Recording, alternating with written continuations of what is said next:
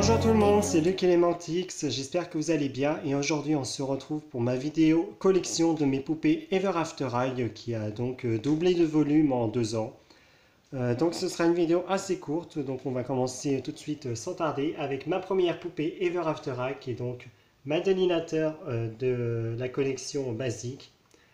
Donc c'est la version canadienne et je lui ai toujours pas refait ses mèches, il faudrait bien que je le fasse un jour. Si vous avez vu ma vidéo d'il y a plus d'un an je crois, j'ai eu tout un lot de poupées Ever After High que je rêvais d'avoir. Donc ici vous avez CA Cupid dans sa collection basique. Donc, elle est vraiment magnifique, je la trouve vraiment très mignonne. Ensuite nous avons Alistair Wonderland qui est vraiment la poupée garçon que je voulais avoir puisque c'est un de mes personnages préférés également. Ensuite, nous avons Bunny Blanc qui elle aussi est très jolie. Bien que je pense que j'essaierai de lui trouver un collant noir pour lui rajouter.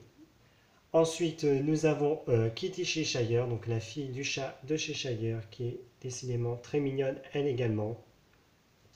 Et Lizzie Hearts, donc fille de la Reine de Cœur, qui est donc la première édition complète, donc c'est-à-dire avec des touches de peinture et tout.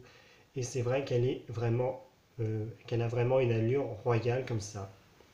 On termine avec mes deux dernières basiques. Donc vous voyez que je n'ai plus Ashley Nella, la fille de Cendrillon, mais j'ai toujours la poupée de Hunter que j'ai gardée. Donc Hunter Huntsman qui est vraiment très bien fait je trouve.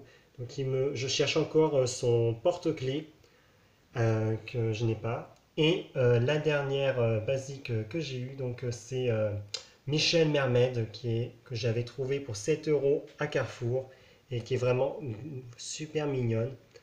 Donc c'est tout pour les basiques. Ensuite j'ai plusieurs poupées de Madelinateur qui, pour ceux qui ne l'auraient pas compris, est mon personnage préféré de la série Ever After High. Donc tout d'abord Madelinateur dans la collection Getting Fairest, donc se faire la plus belle. Il faudrait que je fasse la review de mes Ever After High un de ces jours, puisque j'ai toujours pas continué. Madelinateur, donc c'est la version budget, donc je lui ai rajouté un sac et des collants, mais je ne l'ai toujours pas customisé comme je voulais le faire. Peut-être que ça viendra un jour, on ne sait jamais. Et enfin, Madelinateur de la collection Mirror Beach, donc la plage de miroir, qui elle aussi est très mignonne. Et on passe aux dernières poupées qui viennent de plusieurs collections différentes. Donc tout d'abord, CA Cupid, Bal de la Destinée, donc Tron Coming en version originale, qui est vraiment une pure merveille. Je rêvais de la voir, cette poupée. Du coup, celle que j'avais avant, que j'avais trouvée en brocante, je l'ai gardée. Et je la garde encore en attendant de la customiser. Je ne sais pas encore en quoi. Même si j'ai ma petite idée, ça dépendra de ce que je trouve comme accessoire pour la compléter. Et ici, on a donc Oli O'Hare, donc l'une des jumelles de réponse dans sa tenue Dragon Games, donc jeu de dragon, qui est vraiment magnifique. Elle me fait toujours penser à une princesse des contes des mille et une nuits. Donc j'aurais bien aimé ici aussi avoir sa sœur dans la même collection. Malheureusement c'est une exclusivité, donc elle est assez rare, surtout en Europe. Et la dernière poupée Ever After High que j'ai eu récemment en brocante, je m'y attendais vraiment pas, c'est Apple White de la collection Fantastic Tea Party. Et donc désolé pour mon anglais, il est assez catastrophique. Donc elle est en bon état, même s'il faut que je lui refasse un petit peu ses boucles. Et elle a son sac. J'étais vraiment très surpris de la trouver en brocante, je ne m'y attendais pas du tout. Et malheureusement, elle n'avait pas ses accessoires de thé, mais ça, à la limite, je me dis que je peux encore une chance de les trouver en brocante. Donc voilà pour mes poupées Ever After High déboxées. Et on passe maintenant aux poupées Ever After High que j'ai gardées en boîte, donc pour les mêmes raisons que mes poupées Winx Club qui sont restées en boîte, parce que je manque vraiment de place dans ma chambre et je trouve ces poupées vraiment magnifiques et je ne peux pas les déboxer, donc j'attends vraiment le jour où je pourrai vraiment les exposer comme elles le méritent. Et franchement, les poupées Ever After High méritent vraiment qu'on en prenne soin.